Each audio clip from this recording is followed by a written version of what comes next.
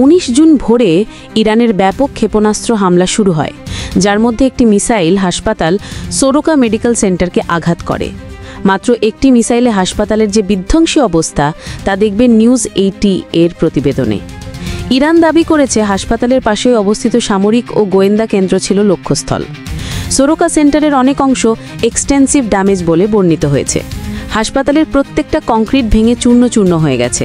হাসপাতালের প্রতিটি প্রয়োজনীয় জিনিস পুড়ে ছাই হয়ে গেছে। হাসপাতালটি যে কোনো সময় ভেঙে পড়ার সম্ভাবনা রয়েছে এবং কিছু স্থান আগুন ধরার পর হাসপাতালে ধোঁয়ার ধোঁয়াশা দেখা যায়। হাসপাতালের প্রায় 71 জন গুরুতর আহত। এর বাইরে কেন্দ্রীয় শহরেও 240 থেকে 271 জন আহত।